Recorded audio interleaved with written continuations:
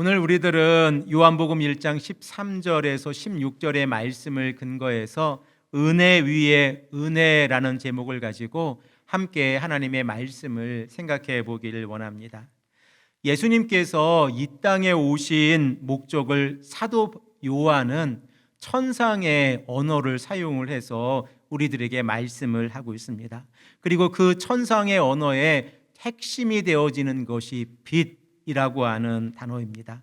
사도 요한이 사용하고 있는 이 천상의 언어를 우리가 생각을 해보면 말씀이 인격화되어서 생명이 있다고 말씀을 하고 있고, 이 생명은 모든 사람에게 비치는 빛이 되어졌다라고 말씀을 하고 있습니다. 그러므로 참 빛이 세상에 와서 빛을 비추었을 때에 영접하는 자, 곧 그 이름을 믿는 자들에게는 하나님의 자녀가 되는 권세를 주셨다라고 우리에게 말씀을 하고 있습니다.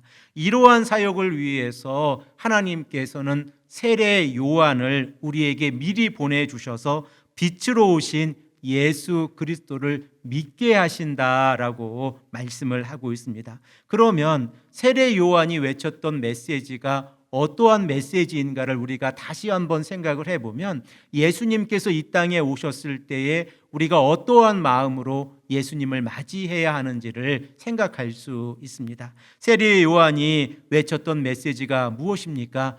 회개하라, 천국이 가까이 왔느니라. 우리가 예수 그리스도를 맞이하는 방법은 회개라고 하는 사실을 깨닫게 되어지면, 회개는 빛이 우리 안에 들어오는 시작점이 되어진다는 사실을 깨닫게 되어집니다. 사도 요한은 빛으로 오신 예수 그리스도를 우리에게 지속적으로 설명을 하고 있는데, 빛으로 오신 예수 그리스도를 맞이하여서 우리가 하나님의 자녀가 되어지는 것은 우리들이 가지고 있는 유대인으로서의 육체적인 혈통이나 아브라함이나 모세를 자랑하고 있는 것이 아니라 하나님의 은혜라고 하는 사실을 깨닫게 합니다. 우리들은 이 땅을 살아가면서 유대인이 아니라 이방인으로 살아가고 있습니다. 그러나 1세기 당시에 사도 요한이 이 말씀을 외쳤던 그 당시의 상황을 생각을 해 보십시오. 그 당시의 공동체 안에는 유대인들의 그룹이 있었고 이방인들의 그룹이 있었습니다. 그들은 서로 어떻게 하면 하나님의 복음을 가까이 하고 하나님의 자녀가 될 것인가에 대해서 깊이 있게 고민하고 있었을 때에 사도 요한이 외쳤던 메시지는 유대인이나 이방인의 구분이 아니라 예수 그리스도를 믿음으로 하나님의 자녀가 될 수 있다고 하는 사실을 우리에게 강조하고 있습니다. 그래서 요한복음 1장 13절의 말씀을 보면, 우리가 하나님의 자녀가 되는 것은 혈통이나 육정이나 사람의 뜻으로 되어지는 것이 아니라 하나님께로부터 되어지는 것이다 라고 말씀을 하고 있는데, 이 하나님께로부터 되어진다고 하는 이 표현은 예수님을 메시아로 고백하는 자들에게 믿음을 근거해서 하나님의 자녀가 되어진다고 하는 사실입니다. 우리 다 함께 요한복음 1장 13절의 말씀을 읽겠습니다. 이는 혈통으로나 육종으로나 사람의 뜻으로 나지 아니하고 오직 하나님께로부터 난 자들이니라. 아멘. 사랑하는 성도 여러분, 하나님의 자녀가 되는 권세를 우리가 받았음을 믿습니다. 아멘. 우리가 하나님의 자녀가 되는 권세를 받았다고 하면 우리들이 가지고 있는 혈통이나 육정이나 사람의 뜻이 우리로 하여금 하나님의 자녀가 되는 권세를 주지 아니한다고 하는 사실을 깨달아야 합니다. 그러면 어떻게 하나님의 자녀가 될 수 있습니까? 예수 그리스도를 우리의 구원자로 고백할 때에 우리가 하나님의 자녀가 될 수 있다고 하는 사실을 깨닫게 되어집니다. 그래서 사도 요한이 요한복음 1장 14절의 말씀을 통하여 성육신의 사건을 우리에게 말씀을 하고 있는데, 성경 가운데에서 요한복음 1장 14절의 말씀은 우리가 참 이해하기가 어려운 말씀입니다. 하나님의 아들 예수 그리스도께서 이 땅에 어떻게 오셨는지를 우리에게 설명하고 있기 때문에 그렇습니다. 한편으로 다르게 생각을 해보면 우리가 믿음을 가지고 하나님의 아들 예수 그리스도를 바라보게 되어진다고 하면 참 이해하기가 쉬운 성경이 요한복음 1장 14절의 말씀입니다. 우리가 우리의 믿음을 고백하는 마음으로 요한복음 1장 14절의 말씀을 읽겠습니다. 말씀이 육신이 되어 우리 가운데 거하심에 우리가 그의 영광을 보니 아버지의 독생자의 영광이요 은혜와 진리가 충만하더라. 아멘. 사도 요한이 천상의 언어를 사용을 하고 있다라고 제가 말씀을 드렸는데, 그 천상의 언어 가운데서 가장 아름다운 꽃을 피우고 있는 말씀이 요한복음 1장 14절의 말씀입니다. 그리고 이 말씀을 통하여 사도 요한은 우리에게 말씀이 육신이 되셨다라고 말씀을 하고 있습니다. 우리들은 요한복음 1장 1절에서 14절의 말씀을 통하여 하나님의 아들 예수 그리스도께서 어떻게 우리에게 오셨는지를 깨닫게 되어지는데, 요한복음 1장 1절에서 2절의 말씀을 보면 말씀이 하나님과 함께 계셨습니다. 그리고 3절에서 5절의 말씀을 보면 말씀이 생명이 되어서 빛으로 오셨습니다. 그리고 10절에서 12절의 말씀을 보면 말씀이 세상과 함께 계셨습니다. 그리고 14절의 말씀을 보면 말씀이 육신이 되셨습니다. 이렇게 사도 요한이 천상의 언어를 사용해서 하나님의 아들 예수 그리스도를 우리에게 소개하고 있다고 하면, 그 핵심, 그 절정에 이른 것은 성육신의 사건이라고 하는 사실을 우리는 깨닫게 되어집니다. 하나님께서 천지를 창조하시기 이전에 하나님과 함께 하셨던 분이 누구이십니까? 바로 예수 그리스도이십니다. 그 예수 그리스도께서 육신의 몸을 입으시고 이 땅에 오셨다고 하는 사실을 우리가 믿음으로 고백하게 되어진다고 하면, 말씀이 육신이 되어서 이 땅에 오신 예수 그리스도를 우리가 어떠한 마음으로 영접해야 하는지를 다시 한번 생각하게 되어집니다. 말씀이 육신이 되어 우리 가운데 거하심에라고 하는 이 말씀을 통하여 우리들은 우리들의 본질적인 모습, 본래의 모습을 바라보게 되어지는데, 우리가 죄 가운데 거하고 있었다고 하는 사실입니다. 우리들은 어두움에 거하고 있었다고 하는 사실을 알고 있습니다. 우리가 어둠에 거하고 있었을 때에 빛을 바라보지 못하고 있었는데, 그 빛을 바라보지 못했을 때에 우리들의 모습이 어떠했습니까? 세상의 풍조를 따라 살아가고 있었고, 말씀에 순종하지 아니하며 살아가고 있었고, 하나님의 뜻에 거슬려서 살아가고 있었습니다. 그러나 우리가 어둠에 살아가고 있을 때에 빛으로 오신 예수 그리스도를 바라보게 되어졌을 때에 우리 안에 빛이 비추기 시작이 되어졌고, 그 빛은 우리 안에 거하게 되어졌다는 것입니다. 그리고 빛이 우리 안에 거하게 되어졌을 때에 우리는 하나님의 아들 예수 그리스도를 바라보게 되어졌고, 예수 그리스도의 영광을 바라보게 되어졌습니다. 이 얼마나 놀라운 역사입니까? 죄 가운데 살아가고 있었던 죄인이 하나님께서 예수 그리스도를 이 땅에 보내주셔서 우리로 하여금 빛을 바라보게 하였다고 하면, 우리가 그 빛을 바라보게 됨으로 하나님의 자녀가 되는 권세를 받았다고 하는 사실입니다.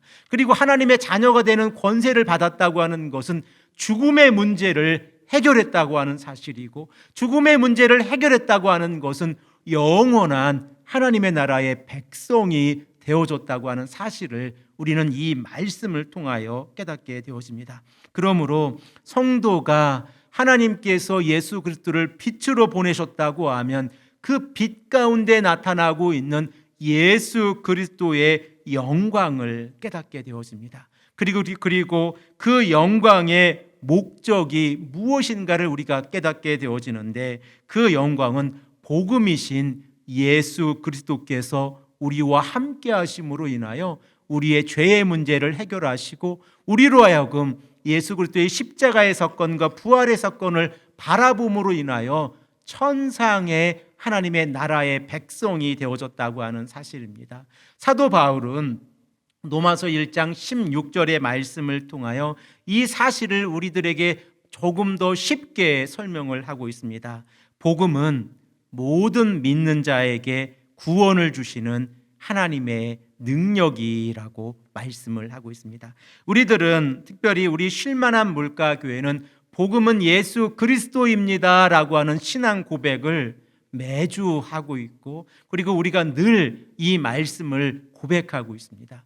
복음은 예수 그리스도이십니다. 그러므로 이 복음 안에 나타나고 있는 하나님의 능력을 우리가 깨닫게 되어진다고 하면, 복음을 통하여 우리가 바라보게 되어지는 것은 아버지 하나님의 아들 독생자 예수 그리스도의 영광을 우리가 바라보게 되어지는 것입니다. 그리고 그 영광을 바라보게 되어진다고 하는 것은 예수 그리스도의 십자가의 사건과 부활의 사건을 바라보게 되어지고, 그 안에 있는 은혜와 진리를 깨닫게 되어진다고 하는 사실을 우리는 깨닫게 되어집니다. 사랑하는 성도 여러분, 성탄절을 보내면서 우리가 은혜 가운데에서 그리고 진리 가운데에서 이 성탄절을 보내기를 소망합니다.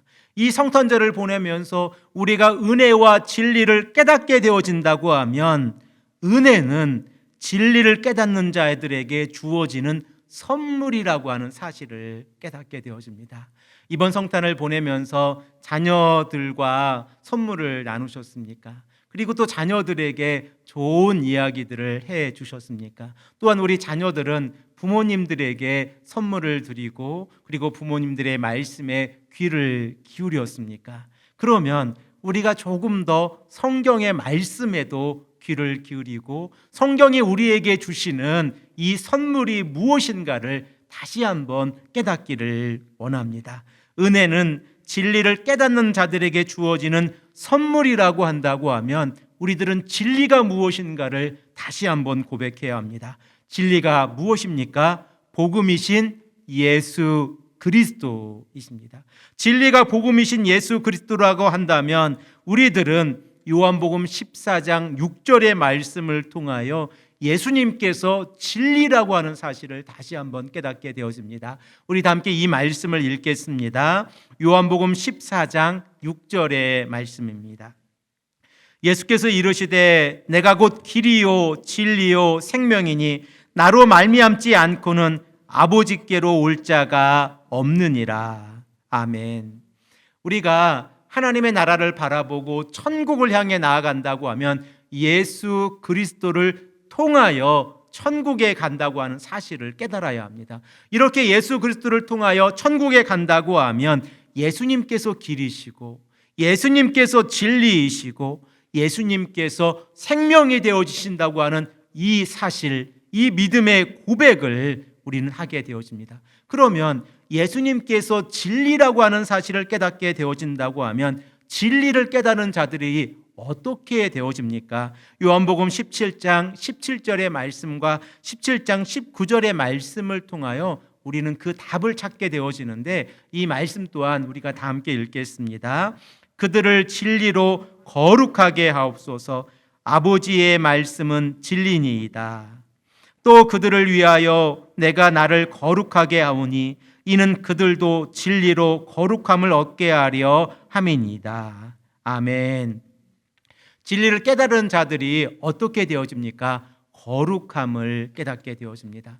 우리가 거룩함을 깨닫게 되어진다고 하면 우리로 하여금 하나님의 은혜에 참여하게 되어지는 것입니다. 그리고 하나님의 은혜에 참여했을 때에 우리들은 선물을 받게 되어지는 겁니다.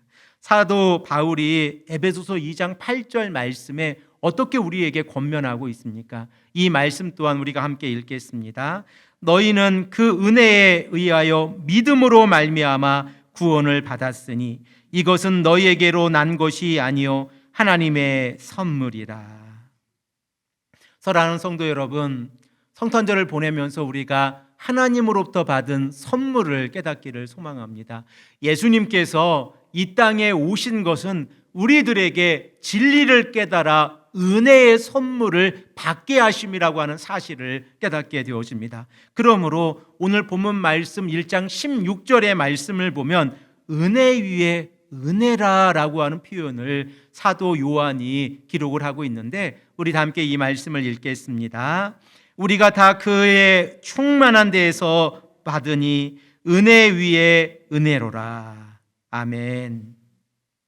우리들은 요한복음 1장 14절의 말씀을 통하여 은혜와 진리가 충만함을 생각해 보았습니다. 이 충만함이라고 하는 것은 은혜와 진리를 통하여 우리에게 다가옴을 생각을 해 보았는데, 사도 요한은 16절의 말씀을 통하여 은혜 위에 은혜가 더해진다라고 말씀을 하고 있습니다. 사도 요한이 이렇게 은혜 위에 은혜가 더해진다고 하면 이 첫 번째 은혜는 어떠한 은혜인가를 우리가 생각을 해 볼 수 있는데, 사도 요한이 배경을 하고 있는 이 은혜는 출애굽기 31장 2장의 말씀입니다. 우리가 출애굽기를 통하여 깨닫게 되어지는 것은 모세가 시내산에 올라갔을 때에 아론과 그의 백성들이 어떠한 모습 가운데 있었는가를 생각해 볼 수 있습니다. 아론과 그의 백성들은 자신들이 가지고 있는 모든 금을 모아서 금송아지를 만들고 그 금송아지를 이끌어서 이 금송아지가 애굽에서 가나안 땅으로 인도하는 하나님이라고 거짓을 선포하기 시작을 했습니다. 그러자 하나님께서 모세에게 어떻게 말씀하고 계십니까? 산 아래 내려가라 라고 말씀하고 계십니다. 그리고 모세가 산 아래 내려와서 한 행동이 무엇입니까? 하나님을 붙잡고 간절히 회개의 기도를 하고 있었습니다. 이 모세가 자신의 이름을 생명책에서 제거해 주십시오라고 하는 이러한 기도를 하고 있었을 때에 하나님께서 모세에게 허락하신 것이 은혜입니다. 그리고 모세가 하나님께 간절히 간구한 것이 은혜입니다. 그러면 우리들은 사도 요한이 은혜 위에 은혜를 더하신다라고 하는 이 말씀을 하고 있었을 때에 첫 번째 은혜는 모세가 하나님께 간절히 간구하고 있었던 은혜이고, 그리고 두 번째 은혜는 이 은혜를 받은 자들이 예수 그리스도를 통하여 받는 은혜라고 하는 사실을 깨닫게 되어지는데, 우리 다 함께 출애굽기 33장 19절의 말씀을 읽겠습니다. 여호와께서 이르시되 내가 내 모든 선한 것을 내 앞으로 지나가게 하고 여호와의 이름을 내 앞에 선포하리라. 나는 은혜 베풀 자에게 은혜를 베풀고 긍휼히 여길 자에게 긍휼을 베푸느니라. 아멘. 사랑하는 성도 여러분, 하나님께서 모세에게 어떻게 말씀하고 계십니까? 나는 은혜 베풀 자에게 은혜를 베풀고, 은혜를 베풀 자에게 은혜를 베푼다고 하시면 모세가 하나님께 어떠한 모습으로 하나님의 은혜를 간구하고 있는지를 생각하게 되어지는데 바로 회개입니다. 그러므로 은혜 위에 은혜라고 하는 표현은 회개하는 자에게 하나님께서 허락하신 은혜라고 하는 사실을 깨닫게 되어집니다. 우리가 2022년 성탄절을 보내면서 요한복음 1장의 말씀을 생각해 보고 있는데, 이 말씀을 통하여 우리가 간절히 원하는 것은 회개하는 모습입니다. 오직 하나님 앞에서 회개하는 자들, 오직 자신의 죄를 하나님 앞에서 고백하고 있는 자들에게 주어지는 선물이 은혜라고 하는 사실입니다.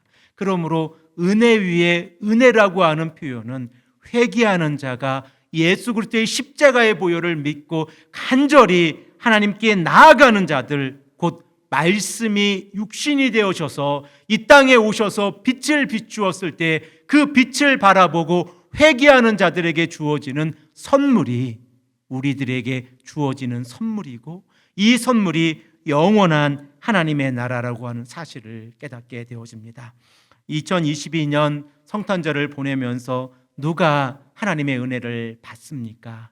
곧 회개하는 자들입니다. 하나님을 의지하고 하나님 앞에서 우리의 모든 죄를 회개하고 말씀에 순종하는 자들, 곧 하나님의 말씀을 의지하고 빛을 받아들이는 자들에게 하나님께서 은혜를 허락하신다고 하는 사실을 깨닫고 오직 하나님만을 바라보시는 귀하고 복된 성도님들이 되시기를 간절히 축복합니다.